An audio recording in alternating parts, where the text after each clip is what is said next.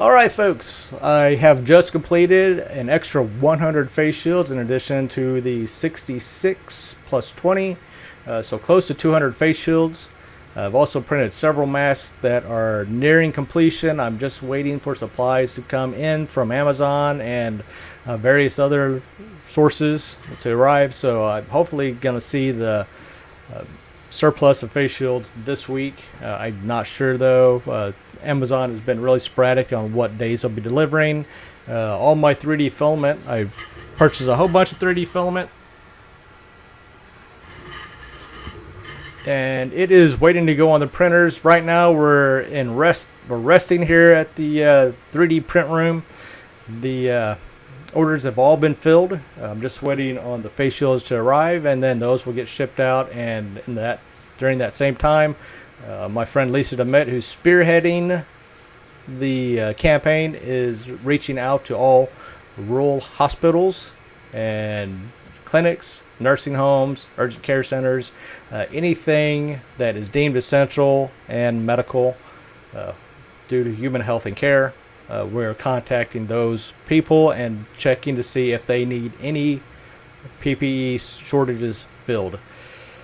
Oh, so that being said, I did get my new my new FL Sun, the QQS Pro. That has been a fantastic printer. So that's number 2, and over there's number 1. You can see behind me, my Ender 5 is still printing. It's doing a specialized mask for my oldest son. Now my oldest son, he was wearing this style mask. This is actually a child side mask. The adult size mask is right here, and you can see the difference in the size. But his face mask has the weather seal on the inside. He has rather kind of sensitive skin, so he just can't be out in the sun a whole lot because he will sunburn, and he's very light complexion.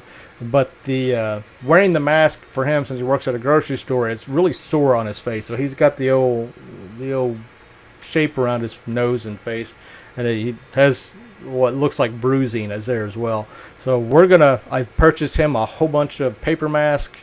Unfortunately, everything that's N95 paper mask is pretty much picked over and through, so I had to pick up some cheaper knockoff. Unfortunately, let's be realistic here. I am looking at lack of materials for our medical community, and I'm filling that need. Because if somebody walks in and they're sick, they don't have coronavirus, but they do have something else, we don't want whatever that is passed on to our healthcare workers. They still need the proper PPE so they can see patients, regardless if they have COVID or not. So that's what I'm feeling. That's why I'm not paying attention to news broadcasts. I'm not paying attention to politicians. We're just contacting hospitals and clinics outside of Wichita, asking what they need and how we can help. So that's how we're operating. It's not about how dangerous is the disease, how not dangerous is the disease. It's not about who's surviving, who's dying. It's just about the supply and demand on the hospitals. That's what my efforts are about. So donations have purchased all that filament behind me. They've helped with buying another printer, and we are rolling pretty good here. Now, here's a little tip that I found on the internet. Elastic has been very hard to come by. I'm trying to find 4mm wide elastic strips, mainly for these masks. What I'm using right now on some of my masks is a variation of paracord. We strip this core out and we just mount this to the mask. For example, this one right here is a paracord attached mask. The nice thing about this is the mask is attached there, so the paracord is not yanking out. It's heat treated and made a little button on the end. You wrap that around your head, and then you lock it into this locking tooth here, and then the mask stays tight to your head. Of course, moving around up and down, the width of where you have it strapped might change a little bit, so that will have to be tension adjusted for you. But you got to understand, any mask isn't one you're going to want to wear for extended periods of time. That's why we see our nurses and healthcare providers are coming out with sores on their face now, and that is a very dangerous situation, especially when an airborne virus could enter through that sore. We know that's how infections happen. So I'm trying to work different ways to make the mask more comfortable for the person wearing it, to where it doesn't cause irritation or rawness on the face. So I'm looking at using moleskin, which is something you use on your shoes when you get brand new shoes. You might have did this a lot when you were a little kid. You were a little kid, and your mom bought you some patent leather shoes, and they was getting blisters on your feet. Mom would buy some moleskin, stick it on the inside of your shoe where you were rubbing, and then you were pretty happy. You could run around again and tear up your shoes. So I'm getting moleskin. I'm going to put it inside the mask, and hopefully that will help his face adjust to the mask a little bit better. So I do need donations to make all this possible. There is a lot of research that takes place in building and designing and manufacturing these. Alternative materials are highly sought, because even people are suggesting using bungee cords for masks, because that's the only thing that's available. we're waiting on everybody else to start making, and then we're on the other side of all this stuff's coming from China, and a lot of people are frowning on that stuff. Like, man, you all created this problem, and now we're buying from you. We're trying to buy American stuff now, so that's what we want. We want to buy stuff produced in our own country, and yes. So on other news, I had joined a group when this all first started off. I was trying to find other people in my area that were printing, wanting to print masks, seeing a demand, needed help to fill that demand. I was wanting to group together with them to help distribute that load, to help bear the burden for them. So I reached out, did some searching, and I found an article on Kansas.com about a group that was using the Wichita State University's 3D print lab to print masks for the local area hospitals. And by local area, I mean in Wichita, Via Christi, Wesley. that was all this group was focused on, and the Wichita Police Department and a few other minor inner city departments. So I joined the group, and just the main thing is I was just wanting to get in contact with people who were willing to share the load for the rural hospitals. I live in a small town called Rose Hill, and I'm about 10 miles from downtown Wichita. I have around me Andover, Kansas to my north, Winfield, Kansas to my south.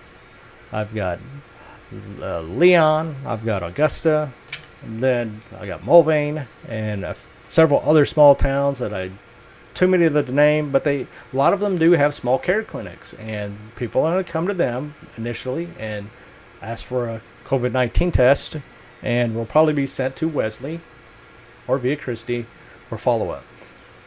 But there is still a demand for face masks and face shields. So anyways, in the group, a nurse came in and she asked, can anybody make me and my friends, my coworkers, the head straps?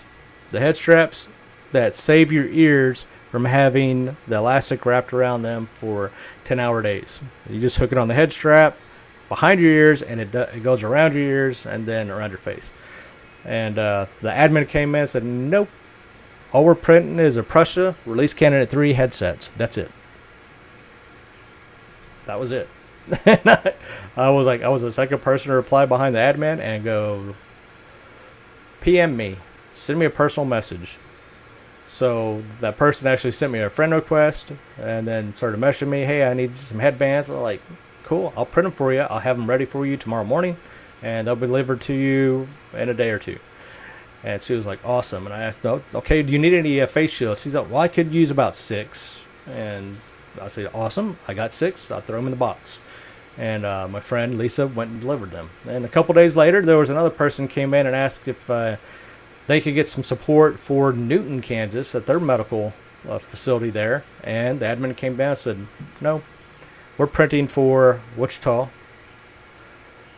We're printing for Via Christi, Wesley Medical Center, the Wichita Police Department, Wichita City Department, and I don't really call everything that was named, but in other posts, that was it.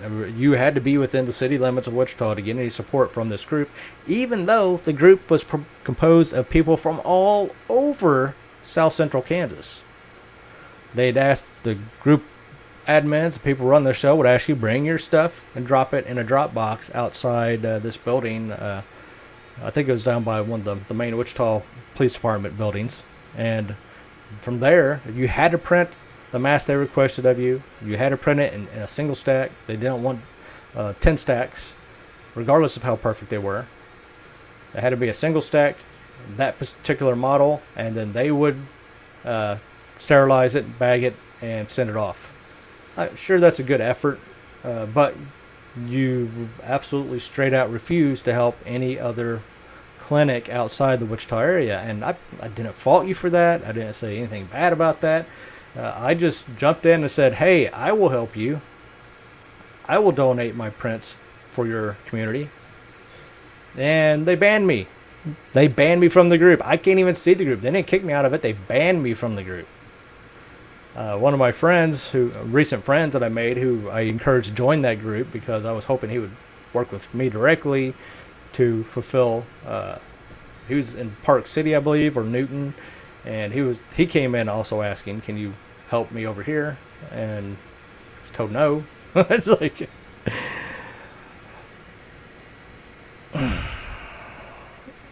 it doesn't make any sense to me why somebody who's founding a group to fight COVID-19 to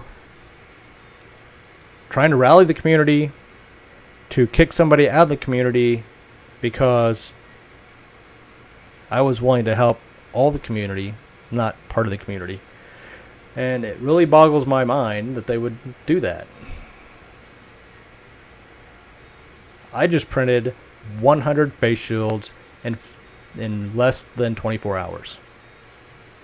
Between me and my son, we got it done.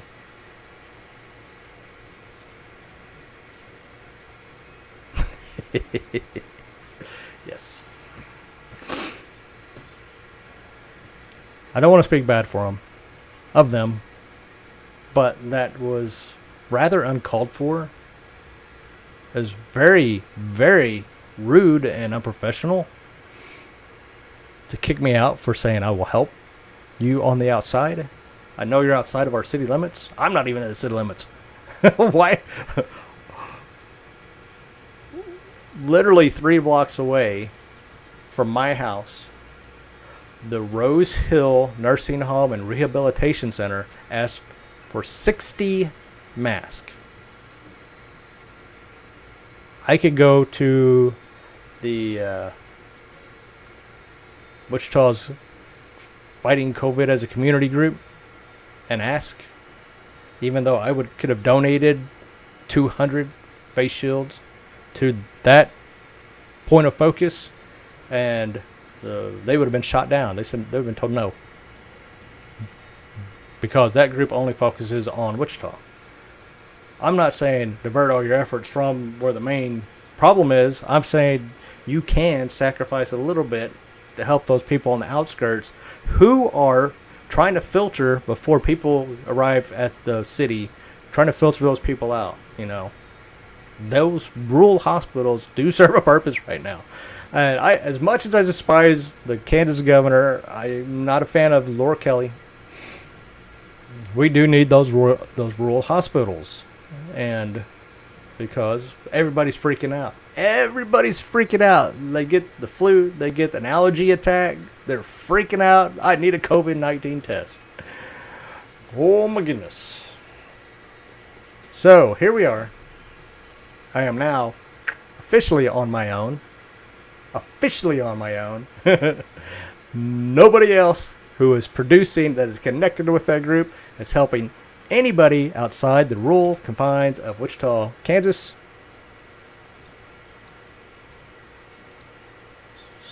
Wichita, Kansas. So tornadoes all over the place right now. When I'm not stuck in my printer, I would be out storm chasing if there wasn't a virus going rampant and required my immediate attention. So, since I'm in Rose Hill, Kansas, send her to me.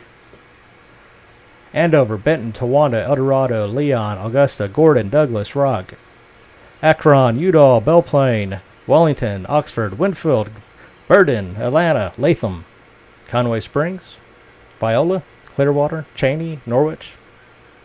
All those towns are being left hung out to dry.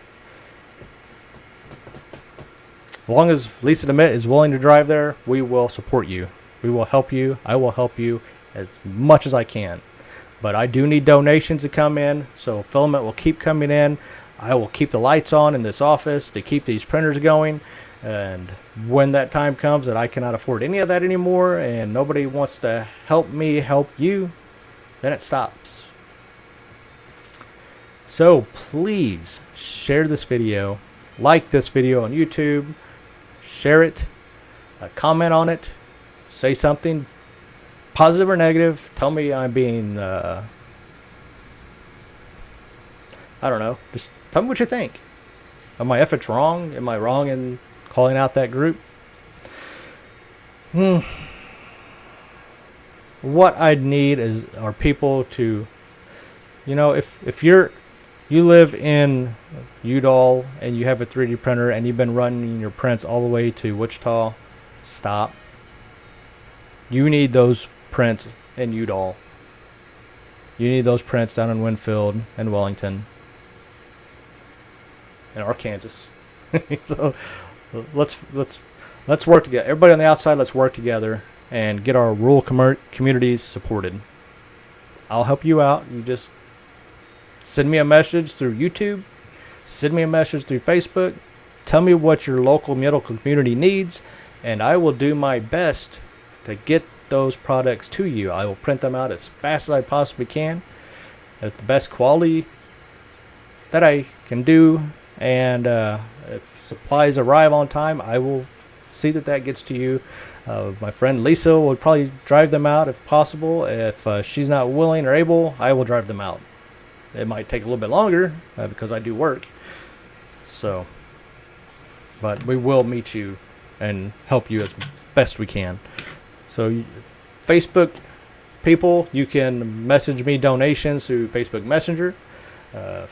For people seeing those from YouTube or on Facebook, you can PayPal to Impact9. That's IMPACT9 at gmail.com. Send me a message. If you didn't understand what I just said, send me a message. Say hello. Say job well done, or hey, I know where you can get elastic. I actually have a whole bunch of face shields at my school that we could attach to your face shields. Just send us the face shields. I can do that gladly. In one of my videos prior to this, I tell you how to do that. I tell you exactly how to punch them.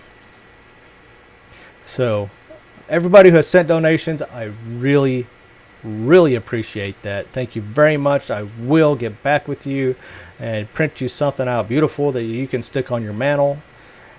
I will help you out any way I can. If you need something, if you need help taking out a fence, taking a barn, building a room on your house, if you need help, if you can ask me for help, and I will do my best to help you out. That's just what I do. It's what makes my wheels go round.